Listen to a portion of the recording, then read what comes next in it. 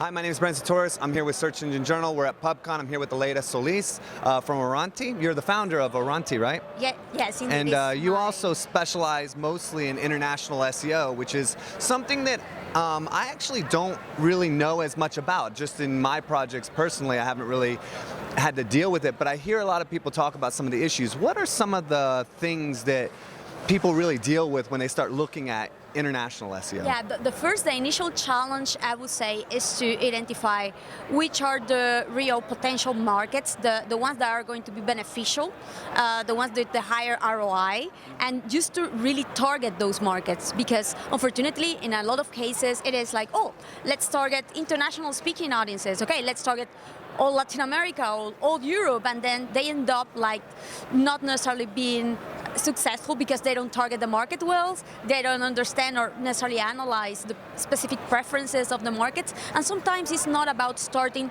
with a whole continent, but starting with just some specific countries, which are the ones that really move the needle there from a traffic and profit perspective too. So that is the first initial challenge. You know, the typical situation that a company has, like saying, oh, I have so many language or country versions and I have no resources to keep them all going, right? Or to write unique content for them. So that is the typical situation where they end up when they don't do the previous analysis and they don't validate well. And then what do they end up feeling like they're failing, or it's just not something they can do, or so it's almost better from a confidence standpoint to kind of start small as well, right? Indeed, definitely.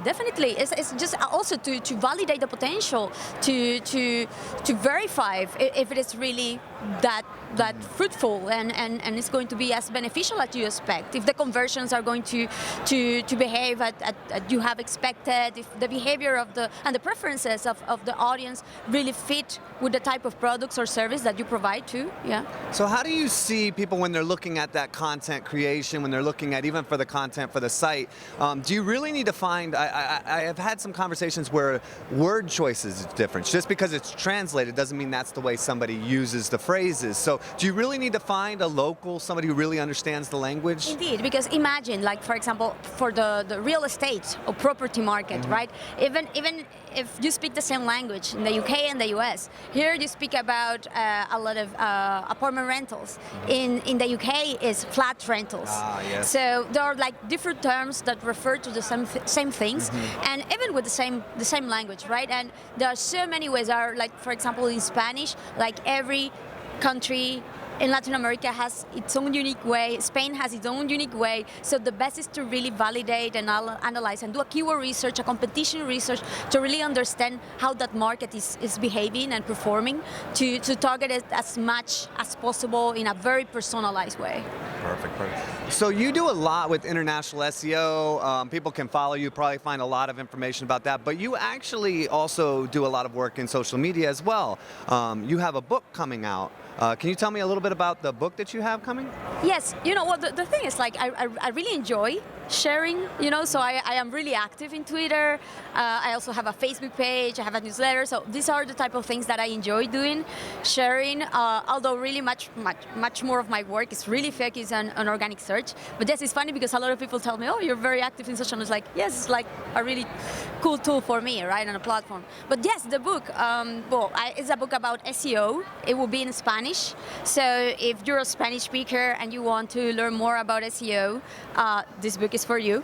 And it's about to be, it's imprinting right now. It's being printed. Is there any chance you're going to translate it into English as well? Or? You know, I asked that about to my editor. I asked him, look, you know, what are the chances? How does it go? And he tells me that usually it's the other way around. You know, Spanish publishing houses like asking the English-speaking ones to translate much more. Often? Books, more often is the other way around. And he told me like it's like a publishing house needs to ask them for you know, the royalties or whatever type of legalities that are required for them to do it. But I think that they are open. So let's see how it goes in Spanish first, and hopefully we'll get enough traction to get attention in English. So anybody wants to follow you, anybody wants to find you online, where can they find you at? Yeah, in Twitter, I am very active. And I have my website, aleydasolis.com, and my consultancy website, Orainti.com. They can find me there for sure, too. Awesome. Aleyda, it's a pleasure to have you. I appreciate you joining the show and sharing some of your information with us. Thank you very much. Thank you very much for the opportunity. I'm really enjoying it. Awesome. Thank you. Hi, my name is Brent Csutoras. I'm here with Search Engine Journal. I'm joined today by Gary Yesh, Chief of Sunshine and Happiness at Google. That's Welcome. Thank you for joining us this morning. Thank you for having me. There's been a lot of discussion, I don't know, a lot of discussion, but there's been some decent discussion recent about Penguin. I never heard about penguins. No. They've been running around here chasing you, so. Becoming more of a part of the everyday algorithm, the live algorithm. And Today's summit is the 3 takeaways structure. Yes. I'm leaving with way more. I also like the single session format for conferences. I agreed to be a speaker here because I think above all else, the quality of people who attend the meeting, there's something to be said about the fact that you can't just, hey, come. It's by invitation only. What I've really liked about the speakers is that it's been very well-rounded.